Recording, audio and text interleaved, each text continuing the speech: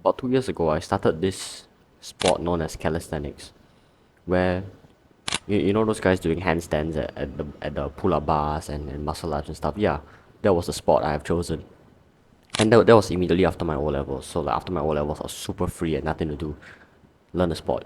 I was progressing a lot. I was pushing myself every single day.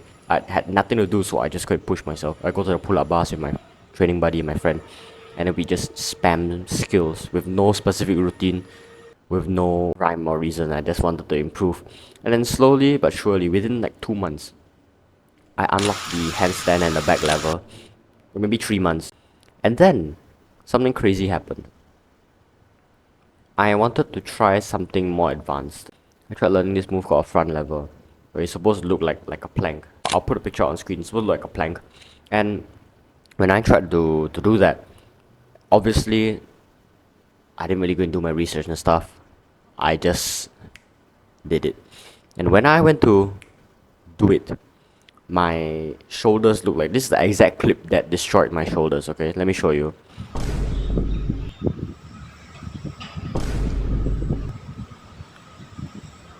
Yeah, so that's what happened. And after that, my shoulders now sound like this.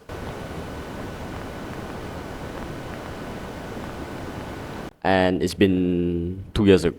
It's been 2 years and it still sounds like this. So what have you learned? Don't warm up, right, Niguang? Yeah, well, apparently I was not very intelligent. Literally 2 years later, about 2 weeks ago, maybe 3 weeks ago, I was at the East West line, and with a bunch of new friends because we were finished with some job training, so we were all taking the train back home. Over at that line, we started doing pull-ups. The fellas over started doing pull-ups, and I saw that the pull-ups were kind of trash, so I was like, you know what? I think I can clap their ass. So I wanted to flex on them, you know. When I tried to flex on them, okay, here's the clip of me doing the regular pull-ups first. That was like the warm-up, but that was so minimal that it didn't matter. I went to do the one finger pull-up, so I grabbed the bar like this, without warm-up. And when I pulled, holy shit, bro. Listen to my wrist right now. 2 weeks later, listen to my wrist. Yeah. And also look at the wrist flexibility. I'm not gonna put my face in frame so that none of you fellas can like screenshot it and put it all over the internet. That's the wrist flexibility I have right now that I gotta deal with. So yeah, lesson I learned was to warm up. But that's the thing, you see, there's three main. I don't know if you can hear that, but a car alarm just sounded for no reason. I don't wanna record while this is in the background audio. How long does that shit last for, bro? Okay, that's done. As I was saying, there's three main reasons why people do not warm up before their workout. Let me start with the number one. It's very fast, clear, 5 seconds clear. Warm up is gay. Well, let me tell you something. Warm up is not gay. Objection number two. The reason number two why people don't ever warm up is because they're in a rush all the time. Well, if you're watching this, very likely you are in tertiary education or you're working. So you're either working or you're in poly or in uni, ITE, at a JC, right? And you're trying to improve your health. Good job on you for that. That's the thing. I relate to you fully. Our day consists of going to work or school. 6 a.m. we wake up, and then 7 o'clock we go to school, maybe 8 o'clock. We have lessons till like 12, lunch, lessons again, 3 o'clock. After 3 o'clock, you just gotta wait until CCA starts at like 5 and ends at, I don't know, 8, 9. Where on earth do you have time to work out? Maybe during the 3 to 5, but very likely what's gonna happen is when your lesson ends at 3, you're gonna go talk with your friends, chill, relax, eat some stuff. By then it's already 4:30, and then I don't know, you're too tired to work out. Boom. So if you do somehow squeeze a workout in that time, you don't really have time to warm up, am I right? And now if you're a working adult, then you wake up at almost 6 o'clock, prepare some breakfast, 7 o'clock, you go to work. You're gonna be there from, rush hour crowd, so 8, you reach the office at 8, 9 o'clock, 12 o'clock, and then the time continues, 5 o'clock. You finally can go home. You go home, it's around 6:30, 7 o'clock, and you're thinking, it's still slightly light outside, should I work out? Contemplate here, contemplate there, you're thinking of preparing or not, and then you didn't prepare, it becomes 8 o'clock already, dinner, boom. Even if you do somehow squeeze the time into that to work out, very unlikely you're gonna do warm-ups. Let me refer to my script a little bit. And even so, when you work out, you also, or when you do anything, in fact, be it workout or not, you want your full attention to be on that task you're doing. You know, they actually preach this in Buddhism.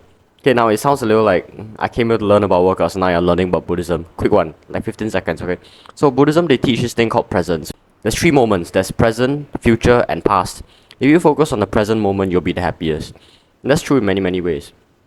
Also, if you do not focus on the present moment while you're working out, very likely you're gonna get injured somehow. Give an example. MMA fighter goes into the ring. Alright, he's got his arms up and everything. And then suddenly, the bell, boom, rings. 3, 2, 1, fight. Okay, what happens now? That guy isn't in the present moment. He's thinking, for dinner, should I have McDonald's or should I have Cai Fan?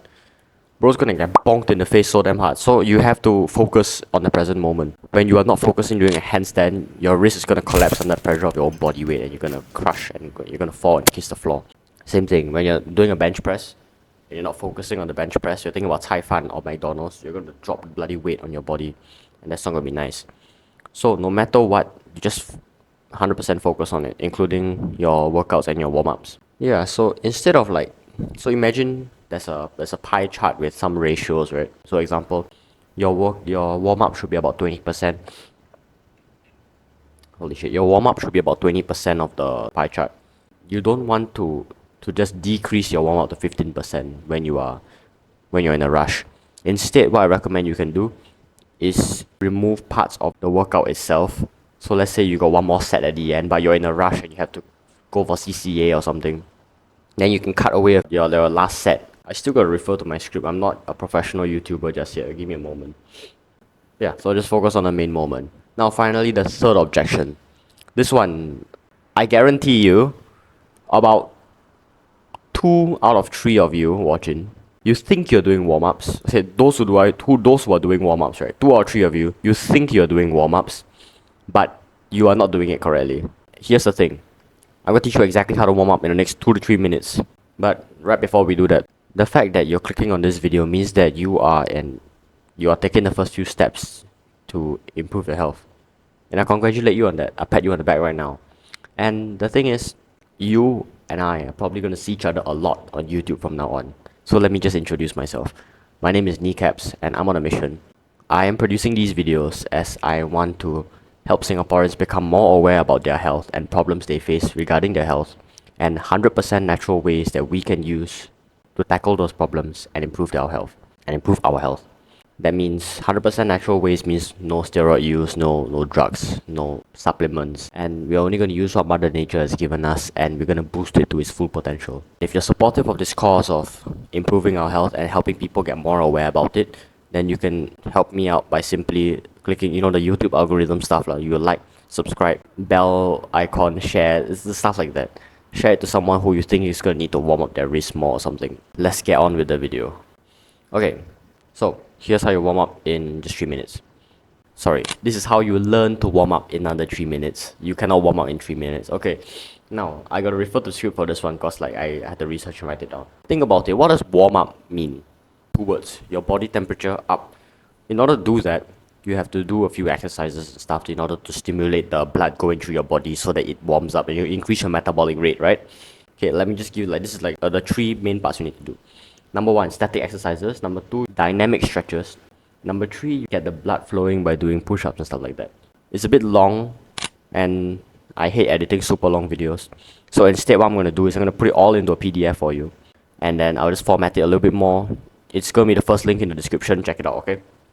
You know you warmed up once you are sweating and your veins are popping out. If you're leaner, you feel like your veins are popping out. You know what I'm talking about, right? When it's super hot and you're walking around, trudging around, it feels like it's super hot outside. You just came out of your super cold classroom and then suddenly over time you can feel like the blood's going to your hands and you feel like your hands are pretty heavy.